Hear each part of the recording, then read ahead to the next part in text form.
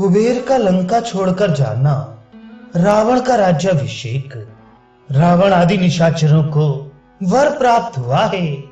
ये जानकर सुमाली नामक राक्षस अपने अनुचरों सहित भय छोड़कर रसातल से निकला।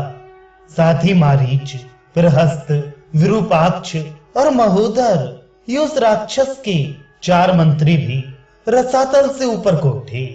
वे सबके सब रोषावेश से भरे हुए थे। शेष राक्षसों से घिरा हुआ सुमाली अपने सचिवों के साथ दशग्रीव के पास गया और उसे छाती से लगाकर इस प्रकार बोला, वत्स, बड़े सौभाग्य की बात है कि तुमने त्रिभुवन श्रेष्ठ ब्रह्मा जी से उत्तम वर प्राप्त किया, जिससे तुम्हें ये चिरकाल से चिंतित मनोरथ उपलब्ध हो गया। महाबाहु, जिसके कारण हम सब राक्षस लंका छोड़कर रसातल में चले गए थे, भगवान विष्णु से प्राप्त होने वाला हमारा वह महान भय दूर हो गया। हम सब लोग बारंबार भगवान विष्णु के भय से पीड़ित होने के कारण अपना घर छोड़कर भाग निकले और सबके सब एक साथ ही रसातल में प्रविष्ट हो गए। ये लंका नगरी, जिसमें तुम्हारे बुद्धिमान भाई धनाध्यक्ष कुबेर निवास करते हैं, हम लोगों की है। पहले इसमें राक्षस ही रहा करते थे।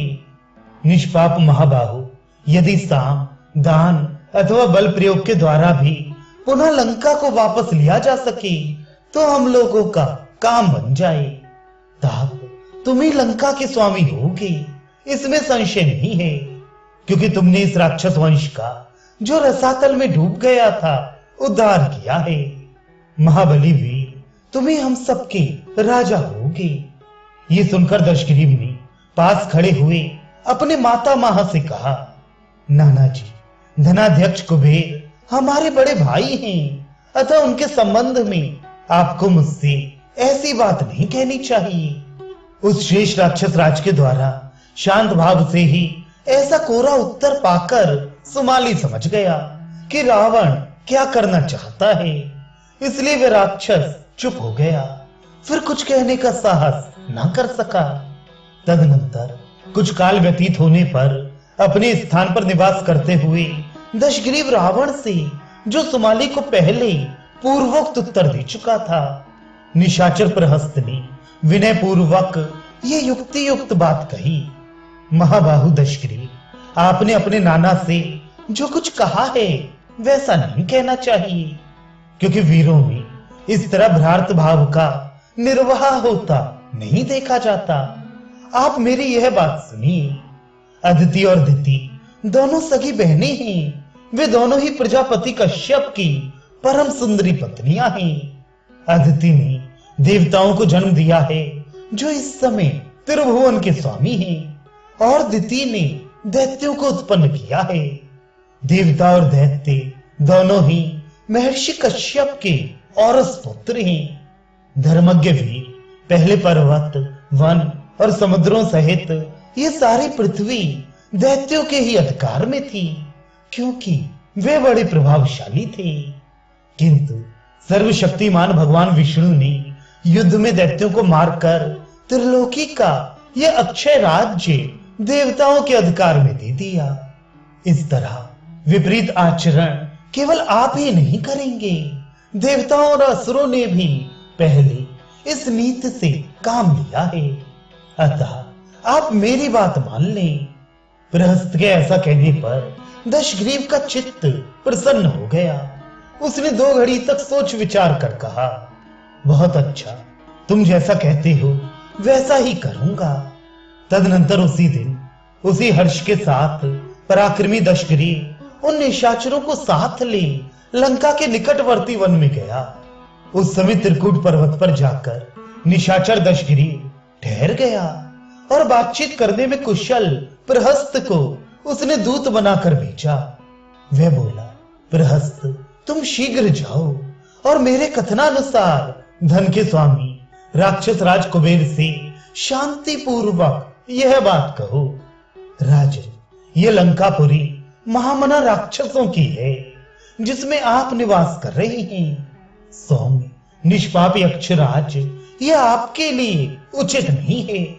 अतुल पराक्रमी धनेश्वर, यदि आप हमें ये लंकापुरी लौटा दें तो इससे हमें बड़ी प्रसन्नता होगी और आपके द्वारा धर्म का पालन हुआ समझा जाएगा। तब प्रहस्त कुबेर के द्वारा सुरक्षित लंकापुरी में गया और उस वित्तपाल से बड़ी उदारतापूर्ण वाणी में बोला। उत्तम व्रत का पालन करने वाले, संपूर्ण शस्त्रधारियों में श्रेष्ठ, सर्वशास्त्र विशारद, महाबाहु, महाप्राज्ञ धनेश्वर, आपके भाई दशग्रीव ने मुझे आपके पास भेजा है। दशग्रीव रावण आपसे जो कुछ कहना चाहते हैं वह बता रहा हूं, आप मेरी बात सुनिए। विशाल लोचन वैश्रवण, ये रमणीय लंकापुरी पहले भयानक पराक्रमी सुमाली आदि राक्षसों के अधिकार में रही है। उन्होंने बहुत समय तक इसका उपभोग किया है। अतः वे दशग्रीव इस समय ये सूचित कर रहे हैं कि लंका जिनकी वस्तु है उन्हें लौटा दी जाए। तात शांतिपूर्ण याचना करने वाले दशग्रीव को आप यह पुरी लौटा दें। प्रहस्त के मुख से यह बात सुनकर वाणी का मर्म समझने वालों में श्रेष्ठ भगवान वैश्रवण ने प्रहस्त को इस प्रकार उत्तर दिया। राक्षस, ये लंका पहले निशाचरों से सुनी थी। उस समय पिताजी ने मुझे इसमें रहने की आज्ञा दी और मैंने इसमें दान मान आदि गुणों द्वारा प्रजाजनों को बसाया। दूत, तुम जाकर दशग्रीव से कहो, महाबाहु, यह पुरी तथा ये निष्कंटक राज्य जो कुछ भी मेरे पास है वह सब तुम्हारा भी है। तुम इसका उपभोग करो। मेरा राज्य तथा सारा धन तुमसे बटा हुआ नहीं है। ऐसा कहकर धनाध्यक्ष कुबेर अपने पिता विश्रवा मुनि के पास चली गई। वहां पिता को प्रणाम करके उन्होंने रावण की जो इच्छा थी उसे इस प्रकार बताया। तात, आज दशग्रीव ने मेरे पास दूत भेजा और कहलाया है कि इस लंका नगरी में पहले राक्षस रहा करते थे, अतः इसे राक्षसों को लौटा दीजिए। सुव्रत, अब मुझे इस विषय में क्या करना चाहिए बताने की कृपा करें। उनके ऐसा कहने पर ब्रह्म ऋषि मुनिवर विश्रवा हाथ जोड़कर खड़े हुए धनत कुबेर से बोले, बेटा मेरी बात सुनो। महाबाहु दशग्रीव ने मेरे निकट भी यह बात कही थी। इसके लिए मैंने उस दुर्बुद्धि को बहुत फटकारा, डांट बताई और बारंबार क्रोध पूर्वक कहा, अरे ऐसा करने से तेरा पतन हो जाएगा, किंतु इसका कुछ फल नहीं हुआ। बेटा, अब तुम्हें मेरे धर्मानुकूल एवं कल्याणकारी वचन को ध्यान देकर सुनो। रावण की बुद्धि बहुत ही खोटी है। वह वर पाकर मदमत्त हो उठा है, विवेक खो बैठा है। मेरे श्राप के कारण भी उसकी प्रकृति क्रूर हो गई है। इसलिए महाबाहु, अब तुम अनुचरों सहित लंका छोड़कर कैलाश पर्वत पर चली जाओ और अपने रहने के लिए वहीं दूसरा नगर बसाओ। वहां नदियों में श्रेष्ठ रमणीय मंदाकिनी नदी बहती है, जिसका जल सूर्य के समान प्रकाशित होने वाले स्वर्णमय कमलों, कुमुदों, उत्पलों और दूसरे दूसरे सुगंधित कुसुमों से आच्छादित है।